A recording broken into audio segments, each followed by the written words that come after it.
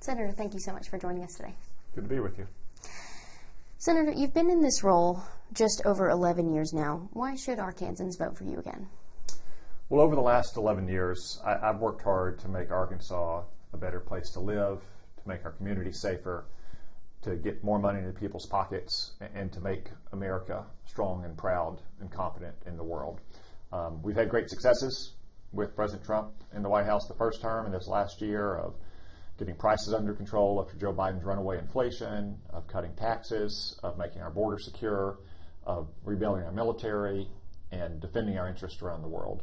I want to keep working on behalf of Arkansans with my fellow Republicans in Congress, with President Trump, to continue to improve the quality of life and standard of living for all Arkansans, making this a safer, better place for everyone. A feedback from citizens is that you've become complacent in your role and aren't engaged with Arkansans.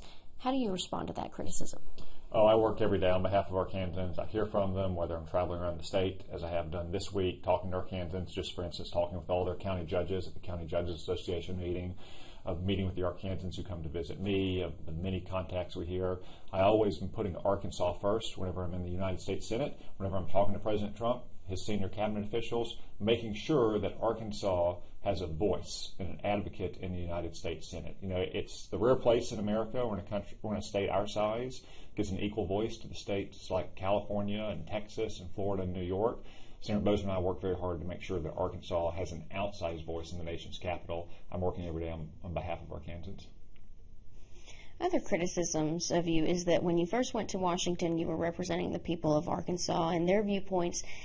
And then the criticism comes as you traveled through the second term. Arkansans believe you strayed away from that, not so much representing the viewpoints of Arkansans, but establishing or certain establishments' viewpoints in the National Republican Party. How do you respond to that?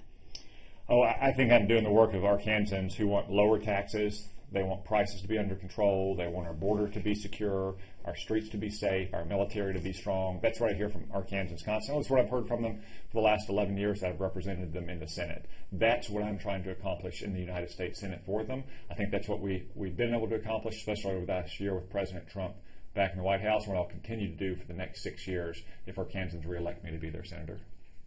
Obviously, as a senator, you can't stay every day in Arkansas, and you can't stay at your residence in Arkansas. You're required to be in Washington, D.C.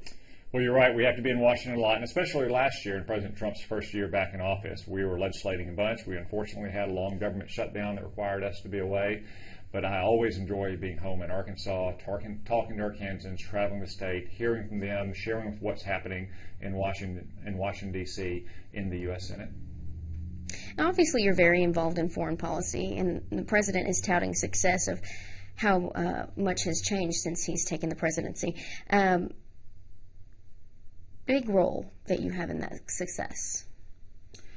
Yeah, I think the president has been very strong for our national security. As chairman of the Intelligence Committee, I work with him and his team pretty closely to do things like take out Nicolas Maduro. I strongly encourage him to do that. I commend him. I commend the brave Special Operations Forces who did that.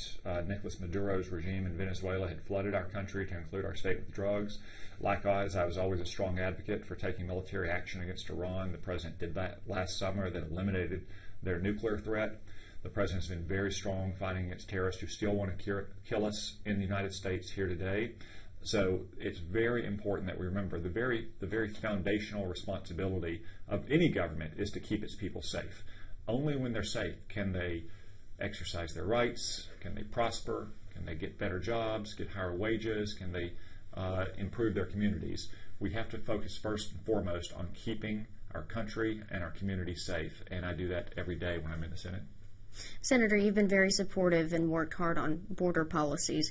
In your second term, would you consider that one of the biggest successes is the reduction of drugs flowing across the border and border security? Well, the fact is the border is now closed. We saw for 4 years under Joe Biden essentially a wave of illegal immigration, up to 10 million people, and that brought a lot of criminals and gang members and cartel members and drugs. That's killed hundreds of Arkansans. having the border closed is vital to stopping that flow of drugs. Now, that doesn't mean there aren't other ways to get the drugs in, but having the border closed is absolutely vital. And the bill that we passed last year, the Working Families Tax Cut Act, included billions of dollars to finish the wall at the border, to fund immigration and custom enforcement and the Border Patrol, to make sure that we're not just stopping illegal immigration from occurring now and into the future, but that we're also apprehending and deporting dangerous, criminal, and violent illegal aliens. We've had great success at that here in Arkansas and around the nation. You were a supporter of the Big Beautiful Bill, and still are. What in that bill brings the help needed to Arkansas farmers?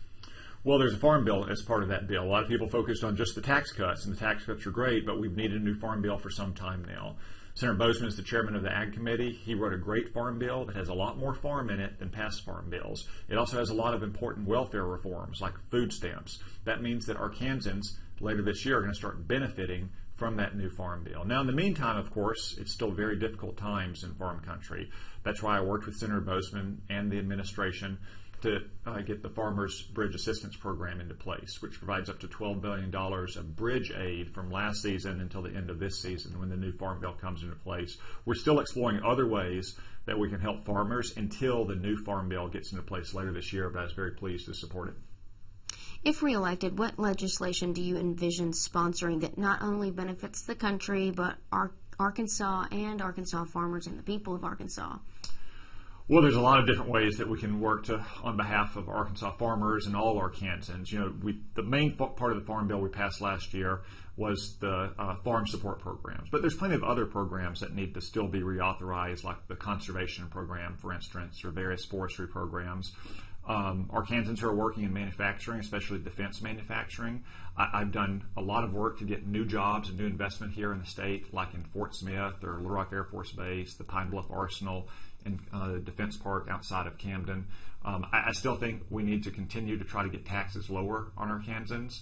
I was very pleased to support the bill last year that made tax cuts permanent, that expanded your standard deduction, that gave you an extra $2,000 to deduct for most people probably tithing at their church, that eliminated taxes on tips and overtime and Social Security. I still think we can do more to get taxes lower on working Arkansans after the election. What do you think is the most powerful moment in the past 2 terms you've had? I don't know. That's a tough question. But I think we've made a lot of progress for Arkansans in the Senate, whether it was the big tax cut in the first term, the Working Families Tax Cut last year, some of the successes we've had on foreign policy that keep the country safe, especially closing the border and shutting down the flow of drugs into our state. So there's been a lot of great successes over the last 11 years, and I hope to have many more in the years ahead. Senator, here's a question for you. So a lot of people, when they see either from your mail-outs or your social media, they see you often talking about China, Iran, national security, national policy, stuff like that.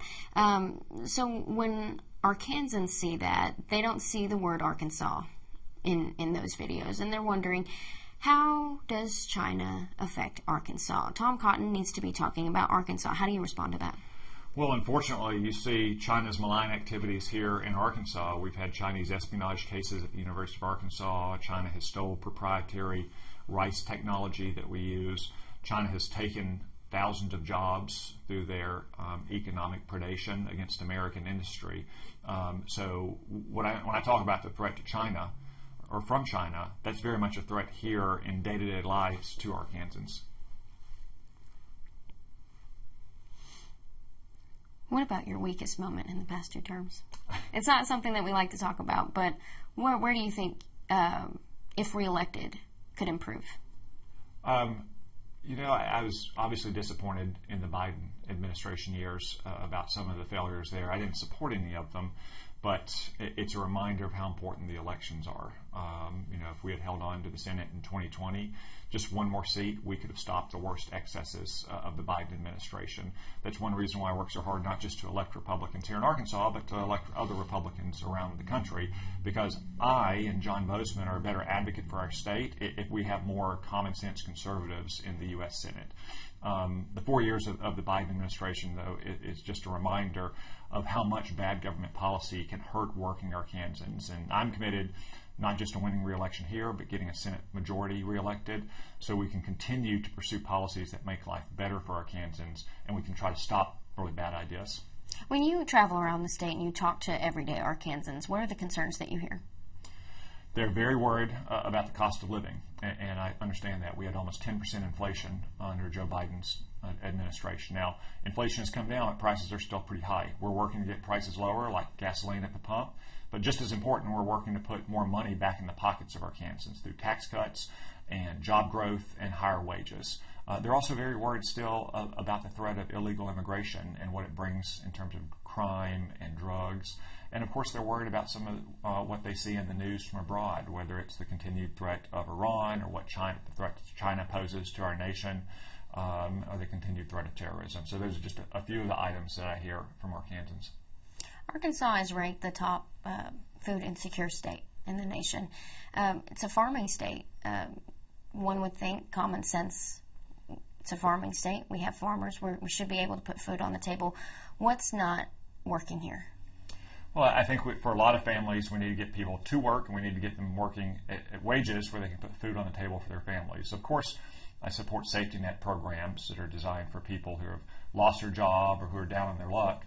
But we need people to get off of those programs and get back to work at good, high-paying jobs that allow them to support their families. I agree with what Bill Clinton once said, that the best welfare program is a job. And I'm working in Washington to try to create more jobs here in Arkansas that pay high wages, that help people succeed for themselves and to feed their families. The Pine Bluff Arsenal plays a major role in South Arkansas. Recently, there's been expansion. Can you speak on that?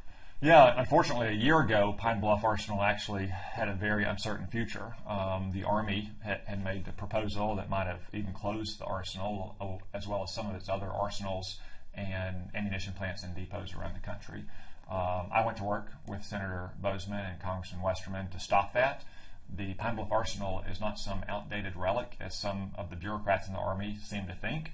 It's a vital part of the solution to a national crisis, and that's our munitions crisis. We simply don't make enough munitions, artillery shells, long-range missiles, missile defense interceptors to defend our nation, to defend our friends. The Army's what they call the organic industrial base, those arsenals, the ammunition plants, and the depots, to include Pine Bluff, is a vital part of that solution. It's clear that private industry, though a big part of the solution, can't be the only part. So working with senior administration's officials, we not just were able to save Pine Bluff, but we were able to get more business into it. Hanwha, a major South Korean defense company, just announced that they're going to invest over $1 billion, create a couple hundred new jobs there to help make the components for artillery shells. That's something I've worked on for years. I've gotten to know the CEO from South Korea of Hanwha. I've pitched him on the arsenal in Arkansas as a place to do business. We're very glad that we're able, with the help of Governor Sanders and her team, to bring Hanwha to the Pine Bluff Arsenal. I've also introduced legislation that's going to require all of the components for our munitions supply chain to be sourced from outside of China. That probably creates more opportunities for more investment at Pine Bluff, both from our government and from private industry. Who else benefits from the Pine Bluff Arsenal outside of the United States? Well, first off, the biggest beneficiaries are people who are going to go to work there and get good, high-paying jobs and support their families. And then our military needs that as well. But a lot of what we do at Pine Bluff can be supplied to our allies as well.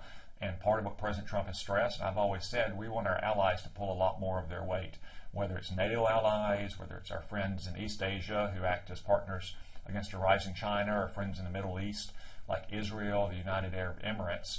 Our industrial base here in America doesn't just support our military, it supports the militaries of our allies and partners around the world. So it's good for jobs here in Arkansas. It's also good for our national security. Is this the only expansion that we'll see in the arsenal? No, I hope there'll be more. As I mentioned, I passed legislation last year in the annual defense bill that requires the department to get the supply chains free of Chinese sourcing. And that means there's going to have to be more sourcing here in the United States. Pine Bluff is very well positioned for more work coming in. And I think we've moved very far from the way Pine Bluff was perceived, at least by the civilian leaders of the Army last year when it was on the block for a potential closure, to where it is now. And they realize that they've got great land, they've got a great workforce, they have all the space and permitting they need, they have a very friendly and cooperative local and state government, and they've got a congressional delegation that is very supportive of it. So I'm very excited about Pine Bluff's future. Given those rising global tensions that you spoke of, how vital precisely is the Pine Bluff Arsenal to America's national defense strategy?